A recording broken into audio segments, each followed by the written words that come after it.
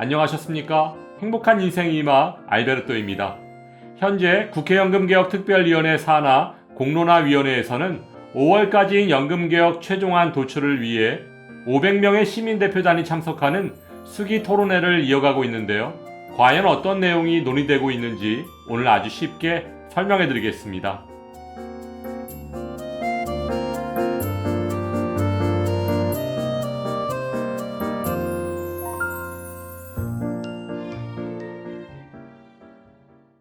지난 3월 국회연금개혁특별위원회 산하 공론화위원회가 기초연금과 국민연금에 관련해 발표한 두 가지 개혁안이 현재 진행 중인 500인 시민대표단의 토론을 거쳐 이 중 하나를 결론으로 도출하고 최종적으로 국회의 논의를 거쳐 5월까지 입법 여부가 결정될 전망인데요. 오늘은 공론화위원회에서 발표한 기초연금에 대한 연금개혁안에 대해 설명드리면, 첫 번째는 기초연금 지급 대상 70%를 유지하고 지급 금액은 상향한다. 2014년 현재 기초연금은 소득 하위 70%에게 매달 33만 4,810원까지 지급하고 있고 매년 물가 상승률만큼 인상되고 있습니다. 따라서 지급 대상 70%는 그대로 유지하면서 지급 금액만 윤석열 대통령 임기 내에 40만 원까지 인상하는 방안이라고 볼 수 있습니다. 다음 기초연금 개혁안 두 번째는 지급 대상을 점진적으로 축소하고 지급 금액은 차등 지급한다. 쉽게 말해 기초연금 지급 대상을 현행 70%에서 40% 정도까지 줄이는 대신 지급 금액을 50만 원 정도까지 인상하는 방안이라고 볼 수 있습니다. 기초연금에 대한 예산 문제와 어려운 분들께 더 두텁게 지원하자는 윤석열 정부의 선택적 복지, 약자 복지의 의지가 반영된 개혁안이라고 볼 수 있는데요. 첫 번째 방안인 70% 40만 원 지급, 두 번째 방안인 40% 50만 원 지급 모두 현재 많은 어르신들께서 원하시는 조금 적게 받더라도 노인 전체에게 기초연금을 지급하자는 의견은 전혀 반영되지 않았다는 것이 큰 문제라고 할 수 있습니다. 하지만 현재 정부 여당에서는 노인 인구의 급속한 증가로 인해 기초연금에 대한 지출 예산이 급속히 늘어날 것이라며 OECD 권고한 대로 기초연금 수급 대상을 줄이고 더 두텁게 지원하는 선택적 복지의 추진을 일관되게 주장하고 있는 상황인데요. 기초연금이 확대 시행된 2014년부터 연도별 기초연금 재정지출 추이를 살펴보면 2014년엔 6조 8천억 원이었던 기초연금 1년 지출액이 2020년 16조 7천억 원, 2021년 18조 9천억 원, 2022년 20조 1천억 원이었고 2023년엔 22조 6천억 원까지 지출되었습니다. 따라서 고금리, 고물가, 세수 부족 등의 경제 상황을 고려할 때 지금 당장의 기초연금 40만 원 인상이나 전체 지급이 어렵다면 국민연금 연계감액, 부부감액과 같은 큰 예산 확보 없이도 시행할 수 있는 구조적인 문제의 해결부터 선결되어야 하지 않을까요? 2024년 현재 국민연금 연계감액은 기초연금 수급 대상이 되시더라도 국민연금을 52만 2,200원을 초과해서 받으면 기초연금 33만 4,810원의 최대 50%까지 감액하는 제도인데요. 여기서 기초연금과 국민연금의 차이점을 비교해보면 기초연금이 어려운 노후를 보내는 어르신들을 위한 사회복지 서비스라면 국민연금은 보험 원리에 따라 운영되는 대표적인 사회보험입니다.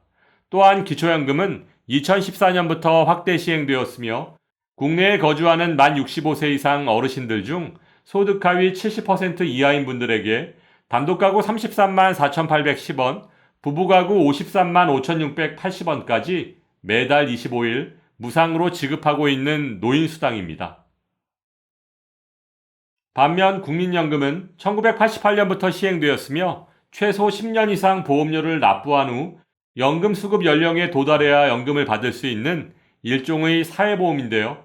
가장 큰 차이점은 기초연금은 본인의 기여 없이 국민이 낸 세금으로 지급되는 반면 국민연금은 본인이 보험료를 납부해야만 지급받을 수 있다는 점입니다. 이런 상황 속에서 정부의 입장은 아주 단호합니다. 국민연금엔 이미 기초연금 성격이 내재되어 있다. 따라서 국민연금과 연계해서 기초연금을 감액하지 않으면 형평성에 문제가 있다. 그럼 지금부터 국민연금과 기초연금을 연계해서 감액하는 것이 부당한 이유를 세 가지로 정리해 보겠습니다. 첫째, 재원과 성격이 다른 연금을 왜 연계하는가? 기초연금은 본인의 기여 없이 세금으로 지급되는 무상복지입니다. 반면 국민연금은 본인의 기여, 즉 연금보험료를 국민이 직접 납부한 것입니다. 재원의 성격과 재원의 출처가 전혀 다른 것을 상호 연계해서 기초연금을 감액하는 것이 과연 옳은 일일까요? 1988년부터 시행되어 온 국민연금에 2014년부터 확대 운영된 기초연금을 소득 재분배라는 이유로 연계해서 감액하는 것이 과연 옳은 일이냐는 거죠. 둘째, 국민연금 연계 감액은 국민연금 가입자에 대한 기망 행위이다. 정부에서는 노후소득 보장을 강화하기 위한 수단이라며 추납, 임의가입 등을 적극 권장하고 홍보해왔고, 저 또한 국민연금 수령액을 높이기 위해 아내와 함께 추납을 하고 있습니다. 그런데 추납 신청 과정 중에 국민연금 수령액이 증액되면 기초연금 수급 대상에서 제외될 수 있음을 알려준 적도 없고, 특히 국민연금이 일정액 이상이면 기초연금이 최대 50%까지 감액될 수 있다고 얘기해 준 적은 더더욱 없습니다.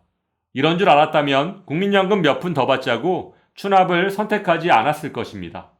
가만히 앉아서 기초연금을 받는 것이 훨씬 나을 테니까요. 그런데 국민연금은 의무가입, 즉 강제성이 있습니다.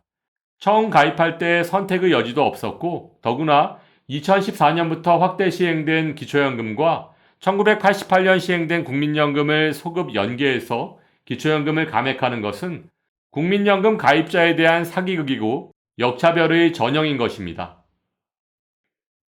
셋째, 공적연금에 대한 불신과 혼란이 높아진다. 국민들이 성실히 일하며 근검절약해서 국민연금을 납부해야 할 이유가 더 이상 없어졌습니다. 노력하지 않아도 기초연금을 받을 수 있으니까요. 2024년 현재 국민연금 가입자의 월평균 급여액은 63만원 정도인데, 윤석열 대통령의 대선 공약대로 기초연금을 40만원까지 인상하고 민주당의 공약대로 부부감액까지 폐지된다면 노후에 국민연금을 한 푼이라도 더 받으려고 충실하게 연금을 납부한 사람만 바보로 만드는 것입니다. 따라서 국민연금 연계감액제도, 지금 당장 폐지되어야 할 것입니다. 오늘 말씀드린 주장을 단순히 금전적인 문제로 치부해서는 절대로 안 될 것입니다. 이는 그동안 어려운 경제 여건 속에서도 진지하게 노후를 준비하고 있는 대다수의 국민들에게 부정적인 영향을 미칠 수 있기 때문입니다.